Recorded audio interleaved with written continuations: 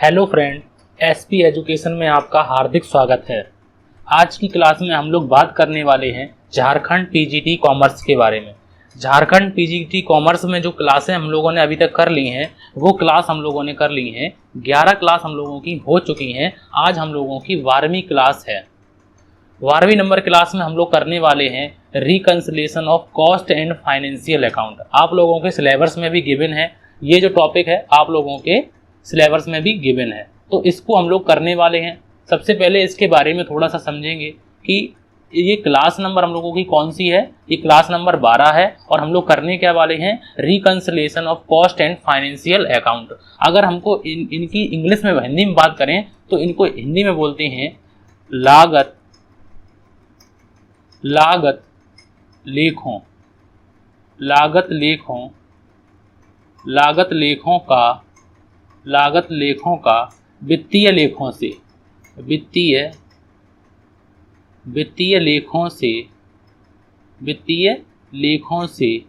समाधान। इनको हिंदी में बोलते हैं लागत लेखों का वित्तीय लेखों से समाधान। ठीक है, समाधान। तो reconciliation of cost and financial account class number हम लोगों की 12 है। कॉस्ट अकाउंट में हम लोग कर रहे हैं। टॉपिक जो है हम लोगों का कॉस्ट अकाउंट चल रहा है। ये आप लोगों को क्लासें कौन से चैनल पर मिल रही हैं, एसपी एजुकेशन पर। अगर आप लोगों ने अभी तक चैनल को सब्सक्राइब नहीं किया है तो प्लीज़ सब्सक्राइब जरूर करें। मैं आप लोगों के लिए झारखंड पीजीटी कॉमर्स के लिए ऐसे ही क्लास आगे लाता रहूँगा। कुछ दिनों के लिए क्लास थोड़ी सी ऑफ हो गई थी, लेकिन अब हम लोगों ने दोबारा से क्लास को स्टार्ट करने का सोचा है। तो चलिए हम लोग इसके बारे में थोड़ा सा जान लेते हैं, उसके बाद समझेंगे समाधान होता क्या है। समाधान का अगर हम लोग मतलब पूछते हैं तो समाधान का मतलब क्या होता है, इसके बारे में क्वेश्चन सबसे पहले पूछा जाता है। तो सबसे पहले समाधान के बारे में जान लेते हैं कि समाधान होता क्या है। समाधान क्या है, सबसे पहली बात कि व्हाट डज रिकंसिलिएशन मीन, मतलब कि मीनिंग होती आती है। रिकंसिलिएशन का मतलब होता है समाधान। समाधान का मतलब क्या होता है, ये बात आती है। तो देखो, सबसे पहले अगर हम लोग इसको थोड़ा सा लिखने की कोशिश करें और लिखने के बाद आप लोगों को समझा भी देते हैं जिससे आप लोगों को समझ में आ जाए। तो अगर हम लोग इसमें 2 लाइन में लिखना चाहें तो लागत लेखों व वित्तीय लेखा दोनों ही दोहरा लेखा प्रणाली पर आधारित है। मतलब कि ये दोनों जो विधियां हैं, एक होती है कॉस्ट अकाउंटिंग करना, एक होती है फाइनेंशियल अकाउंटिंग करना। ये दोनों जो हैं वो किस हिसाब से बात करती हैं, अगर हम लोग इनका बेस की बात करें तो ये दोनों किस पर आधारित हैं, तो ये दोनों हैं डबल अकाउंटिंग सिस्टम पर आधारित हैं, दोहरा लेखा प्रणाली पर आधारित हैं। तो दोनों ही दोहरा लेखा प्रणाली पर आधारित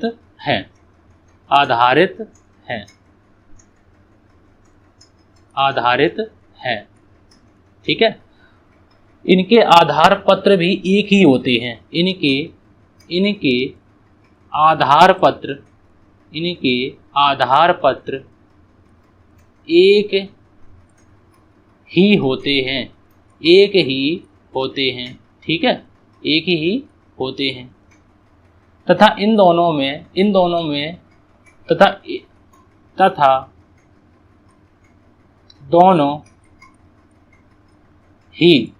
ही लाभ हानि का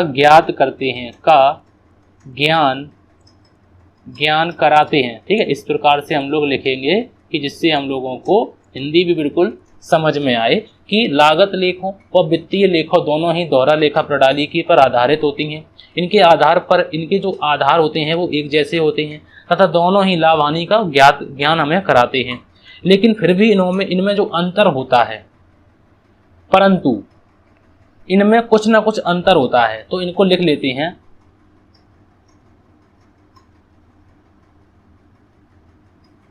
ठीक है, तो इसमें थोड़ा सा और लिख लेते हैं कि अतः अतः यह उचित है, यह उचित है, यह उचित है कि, यह उचित है कि दोनों का अंतिम परिणाम भी, दोनों का अंतिम परिणाम मतलब रिजल्ट, अंतिम परिणाम भी एक ही हो, एक ही हो। दोनों लेखे एक ही राशि की लाभ हानि ज्ञात कराएं, दोनों ही लेखे, दोनों ही लेखे एक ही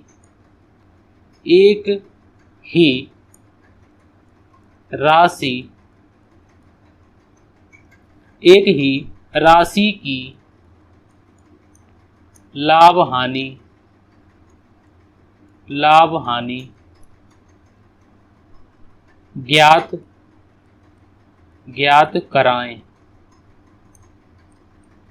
ज्ञात कराएं, परंतु ऐसा नहीं होता है, परंतु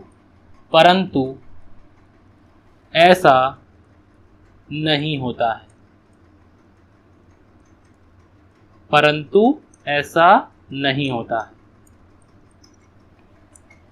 वास्तविकता यह है, मतलब वास्तविकता तो यह है कि इन दोनों के परिणाम में अधिकतर अंतर पाया जाता है, और अधिकतर अंतर जब पाया जाता है तो इन अंतर को मिलाने के लिए हम लोग क्या करते हैं, समाधान करते हैं। और इन दोनों के अंतर को मिलाने के लिए क्या करते हैं, तो हम लोग इन दोनों के अंतर को मिलाने के लिए समाधान करते हैं, या जब समाधान की आवश्यकता पड़ती है तो इसी को बोलते हैं समाधान। तो आप लोगों को समझ में आ गया होगा कि इन दोनों में वास्तविकता में अंतर होता है, मतलब कि ये दोनों प्रणालियां एक जैसी हैं, क्योंकि दोनों जो हैं वो डबल अकाउंटिंग सिस्टम पर आधारित हैं, दोनों लाभ हानि का ज्ञात कराते हैं, लेकिन फिर भी इनमें कुछ ना कुछ अंतर जरूर आता है। और अंतर क्यों आता है, तो उनका समाधान करना है, तो जो अंतर आता है तो उनका समाधान करना भी जरूरी है, तो इसी को बोलते हैं समाधान। तो आप लोग समझ गए होंगे कि समाधान क्या है। तो इसमें बहुत सी बातें होती हैं, तो उनको जब हम लोग डिटेल में करेंगे ना क्लास, तब आप लोगों को बताएंगे। तो मैंने आप लोगों को एक छोटी सी बात बताई कि रिकंसिलिएशन का मतलब क्या होता है, समाधान का मतलब क्या होता है, कि जो दोहरा लेखा प्रणाली में एक होती है कॉस्ट अकाउंटिंग, एक होती है फाइनेंशियल अकाउंटिंग, तो इसमें जो अंतर आता है उन अंतरों को ज्ञात करने के लिए हम लोग समाधान करते हैं। और समाधान किसे करते हैं तो उनकी बात आती है, तो समाधान किस प्रकार से करते हैं तो इनकी डिटेल हम लोग बाद में करेंगे। फिलहाल हम लोग आज एमसीक्यू क्लास करने वाले हैं, तो एमसीक्यू सबसे पहले हम लोग इनके एमसीक्यू देखते हैं, और बीच बीच में हम लोग कुछ बातें भी कर लिया करेंगे कि कौन सी बात जो है वो जरूरी होती है। तो चलिए हम लोग एमसीक्यू करते हैं, और जो डिटेल की क्लास है, आप लोगों को डिटेल में क्लास अगर करनी है तो प्लीज़ कमेंट जरूर करें, मैं आप लोगों के लिए डिटेल में भी क्लास करवा दूंगा, ऐसी कोई दिक्कत नहीं है, लेकिन फिलहाल आप लोग कमेंट जरूर करें। सबसे पहले हम लोग चलिए एमसीक्यू नंबर 1 देखते हैं, और क्वेश्चन नंबर 1 में क्या लिखा हुआ है इसको देख लेते हैं। ये जो आप लोगों को क्लास है ये कैसी है, reconciliation of cost and financial account के जो मोस्ट एमसीक्यू हैं उन पर हम लोग बात करने वाले हैं। ये जो चैनल है, ये कौन सा चैनल है आप लोगों को ये याद रखना है। अगर आप लोगों को वीडियो अच्छा लगे तो एसपी एजुकेशन को जरूर सब्सक्राइब करें आप लोग। क्वेश्चन नंबर 1 में लिखा हुआ है कि निम्नलिखित में से कौन सी मद लागत, यहाँ पे जो लिखा हुआ है टाइपिंग एरर है, यहाँ पे सागत नहीं है, यहाँ पे लागत लिखा हुआ है। लागत खातों में सम्मिलित नहीं की जाती, मतलब कि विच of the following item is not included in cost accounting, या फिर कॉस्ट अकाउंट। तो ऐसे कौन सा आइटम है जिसको हम लोग कॉस्ट अकाउंटिंग में इंक्लूड नहीं करते हैं। इंटरेस्ट रिसीव्ड को इंक्लूड करते हैं या नहीं करते हैं, डिविडेंड पेड को करते हैं या नहीं करते हैं, इंटरेस्ट पेड ऑन डिवेंचर को करते हैं, या फिर ऑल ऑफ एबव को। मतलब हमसे पूछा गया है कि कॉस्ट में हम लोग इनमें से कौन सी मद है उसको शामिल करते नहीं हैं, सम्मिलित नहीं करते हैं, ये क्वेश्चन पूछा है। तो याद रखिए कि हम लोग इंटरेस्ट रिसीव्ड को हम लोग नहीं करते हैं, डिविडेंड पेड को हम लोग नहीं करते हैं, इंटरेस्ट पेड ऑन डिवेंचर को नहीं करते हैं। तो ये तीनों के तीनों आइटम हम लोग किस में लिखते हैं, तो ये तीनों के तीनों आइटम हम लोग फाइनेंशियल अकाउंटिंग में लिखते हैं, फाइनेंशियल अकाउंट में लिखते हैं। तो इसलिए जो आंसर है वो हो जाएगा डी ऑप्शन, बिल्कुल सही आंसर हो जाएगा। उसके बाद नेक्स्ट क्वेश्चन, और नेक्स्ट क्वेश्चन में लिखा हुआ है, क्वेश्चन नंबर 2 में लिखा हुआ है कि निम्नलिखित में से कौन सी मद, इनमें से कौन सा आइटम है जो लागत खातों में सम्मिलित करते हैं, मतलब इनमें से कौन सी जो मद है, विच of the following item is included in cost account. तो इनकम टैक्स हम लोग इसमें इंक्लूड करते हैं, ट्रांसफ़र फीस करते हैं या नहीं करते हैं, वर्क ओवरहेड करते हैं या नहीं करते हैं, इंटरेस्ट ऑन कैपिटल ये करते हैं या नहीं करते हैं। तो ये आप लोगों को सही आंसर इसका बताना है क्वेश्चन नंबर 2 का, कि इनमें से कौन सी मद लागत खातों में सम्मिलित की जाती है। तो आप बताइए कि हम लोग ये किस में लिखते हैं, फाइनेंशियल अकाउंट में लिखते हैं, ये भी हम लोग फाइनेंशियल अकाउंट में लिखते हैं। वर्क ओवरहेड जिसे हम लोग बोलते हैं फैक्ट्री ओवरहेड, इसे हम लोग क्या बोलते हैं, फैक्ट्री ओवरहेड। और अगर हिंदी में बात करें तो इन्हें बोलते हैं कारखाना, कारखाना, कारखाना उपरिव्यय, इन्हें क्या बोलते हैं, कारखाना उपरिव्यय। तो इनमें से जो है लागत खातों में कॉस्ट अकाउंटिंग में हम लोग किसको इंक्लूड करते हैं, तो आप लोग कहेंगे कि हम लोग वर्क ओवरहेड को इंक्लूड करते हैं, वर्क्स ओवरहेड को हम लोग इंक्लूड करते हैं। ये बात बिल्कुल सही आंसर हो जाएगा, सी ऑप्शन बिल्कुल सही आंसर हो जाएगा। उसके बाद नेक्स्ट क्वेश्चन, और नेक्स्ट क्वेश्चन में लिखा हुआ है, क्वेश्चन नंबर 3 में लिखा हुआ है कि निम्नलिखित में से कौन सी मद वित्तीय साख ज्ञात करने की, एक सेकेंड, वित्तीय साख नहीं है यहाँ पे, जो लिखा हुआ है ये टाइपिंग एरर है, ये यहाँ पे लिखा हुआ है वित्तीय लाभ। निम्न में से कौन सी मद वित्तीय लाभ ज्ञात करने के लिए लागत पुस्तकों के लाभों में घटाई जाती है या घटाई जाएगी। Which of the following item shall be deducted from the costing profit to calculate financial profit. इनमें से कौन सी मद है, मतलब कि वित्तीय लाभ, मतलब कि फाइनेंशियल प्रॉफिट में इनमें से कौन सी जो मद है वो वित्तीय लाभ ज्ञात करने के लिए लागत पुस्तकों में लाभों में से घटाई जाएगी। कौन सी मद घटाते हैं हम लोग, तो इनकम टैक्स घटाते हैं, इंटरेस्ट रिसीव्ड घटाते हैं, work overhead over recovered in cost में ये घटाते हैं, या फिर रेंट रिसीव्ड घटाते हैं। तो इनमें से कौन सी जो मद है उसको हम लोग वित्तीय लाभ मतलब फाइनेंशियल प्रॉफिट ज्ञात करने के लिए घटाते हैं, ये बताना है आपको।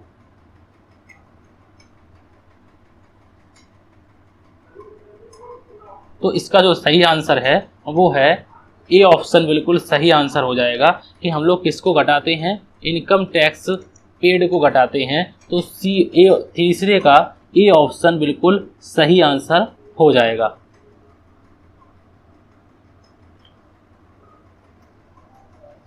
तो बिल्कुल सही आंसर हो जाएगा, ए ऑप्शन बिल्कुल सही आंसर हो जाएगा। उसके बाद नेक्स्ट क्वेश्चन, और नेक्स्ट क्वेश्चन में लिखा हुआ है क्वेश्चन नंबर 4 में लिखा हुआ है कि क्वेश्चन नंबर 4 में कि वित्तीय पुस्तकों के अनुसार लाभ जो दिया है, वित्तीय पुस्तकों के अनुसार लाभ 1 लाख रुपए है। ये क्या है, ये लाभ है 1 लाख रुपए, लाभ 1 लाख रुपए है। यदि हस्तांतरण शुल्क ट्रांसफर फी 1 लाख प्राप्त है और वित्तीय पुस्तकों में नहीं दिखाई गई है, तो लागत पुस्तकों के अनुसार लाभ क्या होगा। तो लागत पुस्तकों के अनुसार लाभ क्या होगा, देखो सुनो, सबसे पहले वित्तीय पुस्तकों में देखो लाभ कितना है, 1 लाख रुपए। तो अगर हम लोग वित्तीय पुस्तकों की बात करें तो फाइनेंशियल प्रॉफिट जो है वो कितना है, 1 लाख रुपए। अब ये जो लाभ है, ये लाभ जो है वित्तीय पुस्तकों में नहीं दिखाया गया, तो अगर नहीं दिखाया गया तो कॉस्ट में भी नहीं दिखाया गया होगा। तो लागत पुस्तकों में जो लाभ है वो कितना होगा, तो 99, 1 लाख 1, 98 या फिर 1 लाख। तो डी ऑप्शन बिल्कुल सही आंसर हो जाएगा, क्योंकि कॉस्ट में भी कितना होगा प्रॉफिट, तो वो भी हम लोगों का 1 लाख ही होगा। तो चौथे का डी ऑप्शन बिल्कुल सही आंसर हो जाएगा। इस प्रकार से आप लोगों को क्वेश्चन और भी देखने को मिल सकते हैं। चलिए और देखते हैं क्वेश्चन कौन कौन सी क्वेश्चन है हम लोगों के। तो क्वेश्चन नंबर 5 में लिखा हुआ है कि यदि लागत पुस्तकों में ह्रास, लागत पुस्तकों में मतलब कि कॉस्ट में, हिंदी इंग्लिश दोनों में लिखा हुआ क्वेश्चन, ऐसी कोई दिक्कत नहीं है। कॉस्ट में कितना है, ह्रास जो है वो 12,000 है। मान लो कि कॉस्ट में हम लोगों को, कॉस्ट में अगर ह्रास दिखाया है मतलब डेप्रीसिएशन, और डेप्रीसिएशन दिखाया है 12,000 दिखाया है, ठीक है, कॉस्ट में दिखाया है। उसके बाद वित्तीय पुस्तकों में मतलब कि फाइनेंशियल में दिखाया है, फाइनेंशियल में जो डेप्रीसिएशन दिखाया है वो कितना दिखाया है, 10,000 दिखाया है, ठीक है, 10,000 दिखाया है। लागत पुस्तकों के अनुसार लाभ जो है, लागत पुस्तकों के अनुसार लाभ 20,000 है। तो वित्तीय पुस्तकों के अनुसार लाभ क्या होगा, तो वित्तीय पुस्तकों के अनुसार लाभ क्या होगा ये पूछा गया है। तो देखो डेप्रीसिएशन जब कॉस्ट में दिखाया है, डेप्रीसिएशन कॉस्ट के अनुसार दिखाया है 12,000 और इसमें जो दिखाया है तब अगर 12,000 दिखाया है तो प्रॉफिट कितना कमाते हैं, 20,000 कमाते हैं। सही बात है, बिल्कुल सही बात है।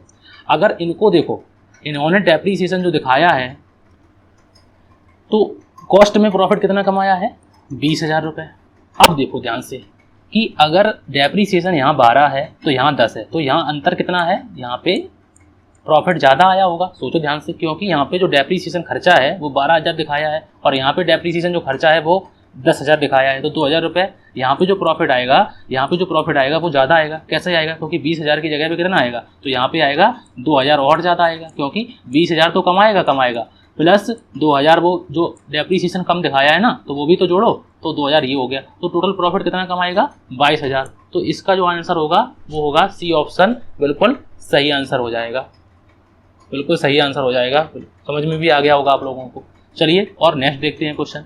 क्वेश्चन नंबर नेक्स्ट में लिखा हुआ है, क्वेश्चन नंबर नेक्स्ट, और क्वेश्चन नंबर नेक्स्ट में लिखा हुआ है, क्वेश्चन नंबर 6 में लिखा हुआ है कि यदि विक्रय और वितरण लिखा हुआ है, यहाँ तो टाइपिंग एरर बहुत है, उसके लिए माफ़ी चाहते हैं कि विक्रय और वितरण, इंग्लिश में क्वेश्चन बिल्कुल आप लोगों को सही मिलेगा कि यदि विक्रय और वितरण व्यय 1,000 है, मतलब कि सेलिंग एंड डिस्ट्रीब्यूशन एक्सपेंसेस जो हैं वो हैं 1,000 रुपये, वास्तविक पूर्व निर्धारित हैं, और लागत पुस्तकों के अनुसार जो लाभ है वो क्या होगा, जब वित्तीय पुस्तकों के अनुसार लाभ जो है वो दिया है 32,500 लाभ दिया है, तो उसको बताना है कि लागत पुस्तकों के अनुसार लाभ क्या होगा। अगर वित्तीय पुस्तकों के अनुसार जो लाभ है वो है 32,500, तो आप लोगों को बताना है कि लागत पुस्तकों के अनुसार लाभ क्या होगा।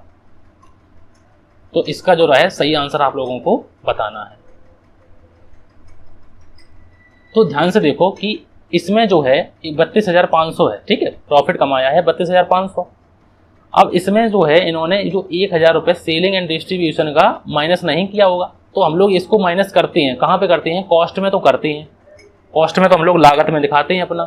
तो कितना है, 32,500 है ना, और 32,500 में से कुछ खर्चे हैं 1,000 रुपये सेलिंग एंड डिस्ट्रीब्यूशन के हैं, तो हम लोगों की जो होगी वो कितना होगा, प्रॉफिट कितना होगा हम लोगों को, 31,500 ही होगा। क्यों होगा, क्योंकि 32,500 हमने प्रॉफिट कमाया, उसमें से 1,000 रुपये लागत वाले कहेंगे कि हम लोग सेलिंग एंड डिस्ट्रीब्यूशन का भी देखते हैं। तो इसका जो आंसर होगा वो सी ऑप्शन बिल्कुल सही आंसर हो जाएगा। उसके बाद नेक्स्ट क्वेश्चन, और नेक्स्ट क्वेश्चन में लिखा हुआ है, क्वेश्चन नंबर 7 में लिखा हुआ है कि लागत लेखों के अनुसार 19,200 लाभ है, यदि लागत लेखों के अनुसार ह्रास जो है वो 800 है, अधिक वसूल किया गया है, तो वित्तीय पुस्तकों के अनुसार लाभ क्या होगा।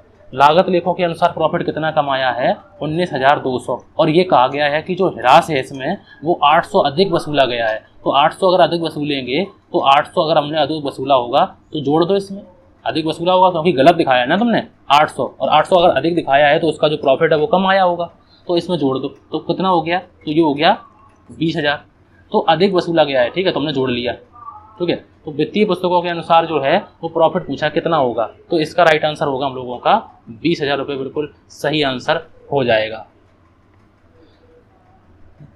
ठीक है। नेक्स्ट क्वेश्चन, और नेक्स्ट क्वेश्चन में आप लोगों को देखिए, क्वेश्चन नंबर नेक्स्ट में लिखा हुआ है, क्वेश्चन नंबर नेक्स्ट कि वित्तीय लेखों के अनुसार प्रारंभिक व्यय दिए हैं 20,000 रुपये, ठीक है, और लागत लेखों के अनुसार कितने दिए हैं, 24,000, तो लागत में कितने हैं, 4,000 अधिक है। यदि लागत लेखों के अनुसार प्रॉफिट जो है वो 50,000 है, तो वित्तीय लेखों के अनुसार कितना होगा। तो इसका राइट आंसर आप लोग हमें कमेंट बॉक्स में जरूर बताएंगे, कमेंट बॉक्स में जरूर करके बताएंगे कि इसका राइट आंसर क्या होगा, क्योंकि मैंने ऐसा क्वेश्चन आप लोगों को कराया हुआ है, तो इसका जो सही आंसर आप लोगों को हमें बताना होगा। तो इसके ऑप्शन में जो लिखे हुए हैं वो है 54,000 रुपये, 54,000 रुपये, 50,000 रुपये, ये 50,000 है, यहाँ पे जो है ये 50,000 है बी ऑप्शन में, 76,000 और 70,000। तो इसका जो राइट आंसर है वो आप लोगों को कमेंट बॉक्स में बताना है। तो आज की क्लास आप लोगों की छोटी है, लेकिन टॉपिक छोटा है, और अगर हम लोग डिटेल में करते तो टॉपिक बड़ा हो जाता, ठीक है। तो ये जो है हमने MCQ किए हैं, 8 MCQ किए हैं आज आप लोगों के, और 2 MCQ या और जो MCQ है वो आप लोगों को टेलीग्राम चैनल पर मिल जाएंगे। टेलीग्राम चैनल पर आप लोग ज्वाइन ही हो जाइए, डिस्क्रिप्शन बॉक्स में आप लोगों को लिंक मिल जाएगा। जैसे मान लो कि वहाँ पे मैं कुछ वीडियो के मैं मान लो कुछ वीडियो नहीं बना पाता हूँ, तो आप लोगों को MCQ वहाँ पे आप लोगों को प्रोवाइड तो कर दूंगा, जिससे आप लोगों की प्रैक्टिस और अच्छी हो जाए, ठीक है। ये नहीं है कि प्रॉफिट अर्न करना नहीं है, प्रॉफिट तो कुछ नहीं है, सबसे पहले आप लोगों की पढ़ाई का देखना है। अगर सिलेबस हो जाएगा तो ठीक है, तो हम लोग पूरी कोशिश करेंगे सिलेबस को करने की। तो आज से हम लोगों ने फिर से स्टार्ट किया है। चलिए, तो आप लोगों को अगर आज की क्लास अच्छी लगी तो प्लीज़ चैनल को सब्सक्राइब जरूर करें और वीडियो को लाइक जरूर करें। आज की क्लास के लिए थैंक यू फॉर वॉचिंग।